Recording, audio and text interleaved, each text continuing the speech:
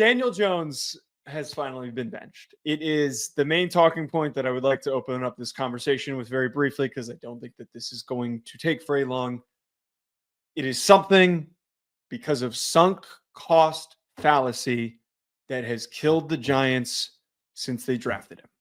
24, 44, and a whopping 1 tie in his career as the starter for the New York Giants.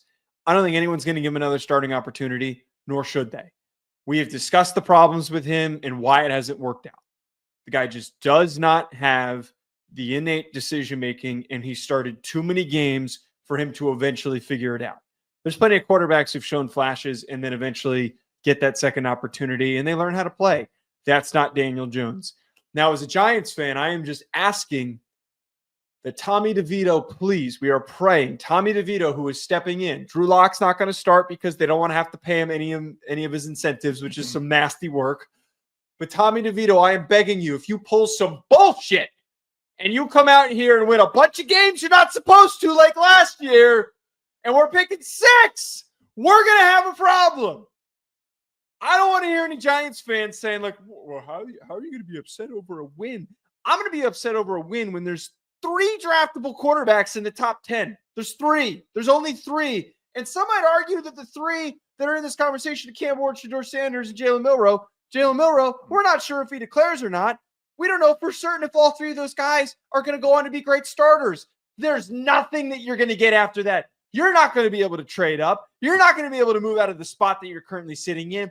Tommy DeVito, you better not win a damn game the rest of the year. I don't want to see another victory. If that's defeatist, I don't give a shit. I want my team to go on to win. Look at what all these other teams that have good starting quarterbacks. Look what the New England Patriots are literally doing after we tried to call to trade up into that spot for Drake May. Don't let the mistake happen.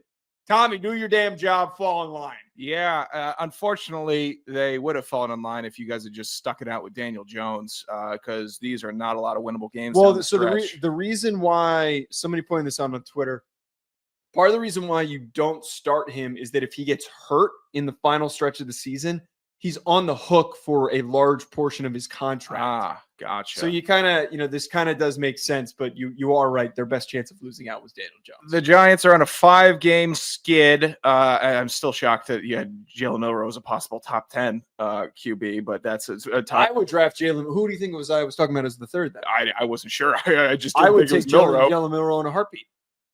Okay, you do that, pal. You hate Jalen Milroe. I don't hate Jalen Milroe, but it's going to be Jalen Milroe Jones in New York. Yeah, that's what you're going to be seeing. He is a much better player than Daniel Jones is. Oh, that is. He's also gone to a playoff and won an SEC championship game. Daniel Jones was going to accounting class and losing at Duke. Daniel Jones is an NFL playoff game winning quarterback, and you're going to have to accept that.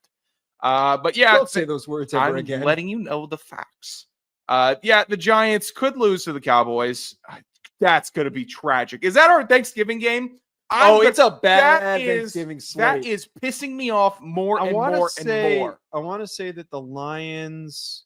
It's the Lions-Bears. They're going to crush the Bears. And then the night game, I think, is a dud also. Yeah, that's a Dolphins-Packers. Why wouldn't the Lions play the Packers? Who scheduled this? You know what? If you told me I was getting a beginning of the year, I would have been fired up for Lions, Bears, and Packers, Dolphins. Right now, it's looking like we're going 0-for-3 on Thanksgiving. The Giants get nice and liquored up and yell at your family. The Giants will lose to the Saints. They will lose to the Ravens. They will beat Atlanta. They will lose to the Colts, and they might beat the Eagles while they're sitting all their starters in the final week of the season and put themselves at the 5 or 6 spot. So you really have a shot to screw yourself. But right now, you're in pretty good position with 2 wins on the year through 11 weeks. So I think you're really pacing well for how bad you want to be able to draft high. But you better get Cam Ward. That is the situation. That is the ultimate goal. I don't know.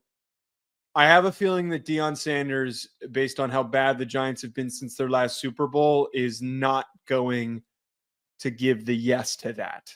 I would argue that he should considering that he'd have Malik Neighbors to throw to. Mm-hmm. But that's a separate complex conversation, and we'll see what happens.